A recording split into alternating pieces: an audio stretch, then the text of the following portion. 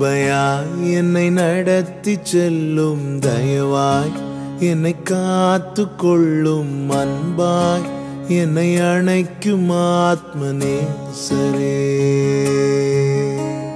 கிருபையாய் என்னை நடத்தி செல்லும் தயவாய் என்னை காத்து கொள்ளும் அன்பாய் என்னை அணைக்கும் ஆத்மநேசரே. உங்களுக்கான இன்றைய வாக்குத்தத்த வசனம். இயேசு கிறிஸ்துவின் இனிய நாமத்தினாலே உங்களை வாழ்த்துகிறேன். கர்த்தர் உங்களை ஆசீர்வதிப்பாராக. அப்போஸ்தலர் நடபடிகள் 16வது அதிகாரம் 13வது வசனம். ஓய்வு நாளில் நாங்கள் பட்டணத்துக்கு வெளியே போய் ஆற்றினருகே வழக்கமாய் ஜெபம் பண்ணுகிற இடத்தில் உட்கார்ந்து அங்கே கூடி வந்த ஸ்திரீகளுக்கு உபதேசித்தோம். கர்த்தருடைய பரிசுத்த நாமம் மகிமைப்படுவதாக. மக்கெதோனியா தேசத்திலே சில நாட்கள் பவுல் தங்கியிருக்கிறார்.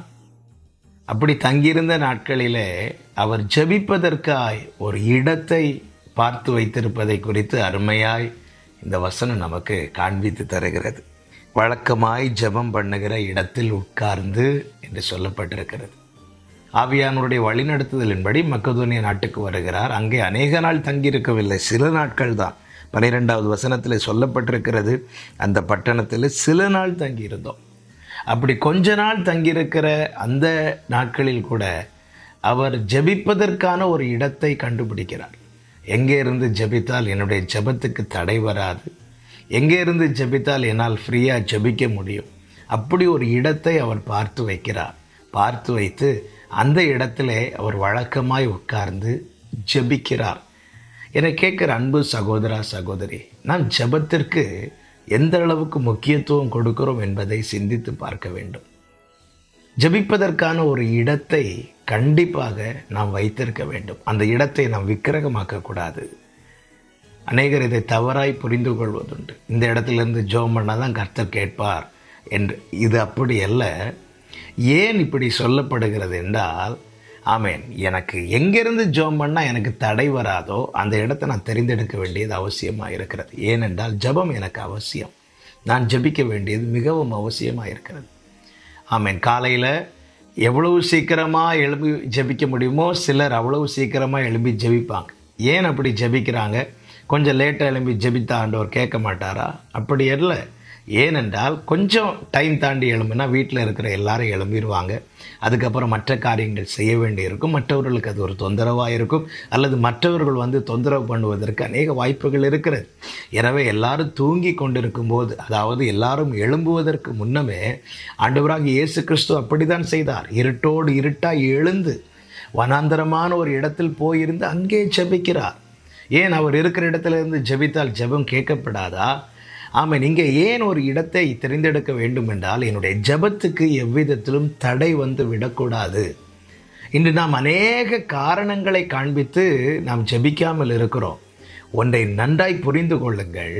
எங்கே தேவன் நம்மை வைத்தாலும் அல்லது நாம் எங்கே போய் இருக்க வேண்டிய சூழ்நிலை வந்தாலும் அந்த இடத்துல ஜெபிப்பதற்கான ஒரு இடத்தை தெரிந்தெடுக்க வேண்டியது அவசியம். என் வாழ்க்கையில் ஜெபத்துக்கு தடை வந்து விடவே கூடாது. என்னால் ஜெபிக்க முடியவில்லை என்ற நிலைதான் என் வாழ்க்கையின் தோல்வியின் முதல் அடையாளம். என்னால் ஜெபிக்க முடியவில்லை என்கிற நிலையில் நான் செல்வேனானால் என்னுடைய வாழ்க்கை தோல்வியை நோக்கி செல்ல ஆரம்பித்து விட்டது என்று அர்த்தம். எனவே என்னை கேட்குற ஒவ்வொருவருக்கும் இயேசுவின் நாமத்தில் சொல்லுகிறேன், நீங்கள் இருப்பது ஒருவேளை குடிசை வீடாக இருக்கலாம். அதில் ஒரு இடத்தை ஜெபிப்பதற்காய் பார்த்து வையுங்கள். ஆமேன். அல்லது வீட்டை விட்டு சற்று அப்புறம் போயிருந்து ஜெபியுங்கள். வழக்கமாய் ஜெபிப்பதற்கு ஒரு இடம் கண்டிப்பாக தேவை. இது எதை காண்பிக்கிறது? ஜெபத்துக்கு நான் கொடுக்கிற முக்கியத்துவத்தை காண்பிக்கிறது. அங்கே தான் நான் இருந்து ஜெபிப்பேன், அங்கிருந்து ஜெபித்தால் தான் எனக்கு ஜெபம் ஓடும் என்று அல்ல. நான் சொல்லுகிறதை சரியாய் புரிந்து கொள்ளுங்கள். நானும் இயேசுவும் மாத்திரம் என்கிற நிலையில் நான் அமர வேண்டியது அவசியமாக இருக்கிறது. எனவே ஜெபத்திற்கு முக்கியத்துவம் கொடுங்கள். கர்த்தர் இன்னும் ஜெபிக்க வேண்டிய கிருபைகளை தந்து உங்களை நடத்துவாராக. ஒரு தேவ மனிதர் இப்படி சொன்னார், நான் என் குடிசையில் தனியாக இருக்க விரும்புகிறேன், ஏனெனில் அங்குதான் நான் அதிக நேரம் ஜெபத்தில் செலவிட முடியும் என்று. என்னுடைய குடிசையில் நான் தனியாக இருக்க விரும்புகிறேன். அங்குதான் அதிக நேரம் ஜெபத்தில் எனக்கு செலவிட முடியும். அதிக நேரம் ஜெபத்தில் செலவிட வேண்டியது அவசியமாக இருக்கிறது. இந்த உறவில் பலப்பட தான் நம்மால் உறுதியாய் நிற்க முடியும். ஜெபத்துக்கு ஒரு இடத்தை பாருங்கள், ஜெபியுங்கள். கர்த்தர் உங்களை ஆசீர்வதிப்பாராக. ஜெபிக்கலாமா? தகப்பனே, நன்றி. உடைய வேதம் காண்பிக்கிற நல்ல அடிச்சுவடுகளுக்காக நன்றி செலுத்துகிறோம். நாங்களும் அதை பின்பற்ற எங்களுக்கு உதவி செய்யும். இயேசு கிறிஸ்துவின் நாமத்தில் பிதாவே, ஆமென்.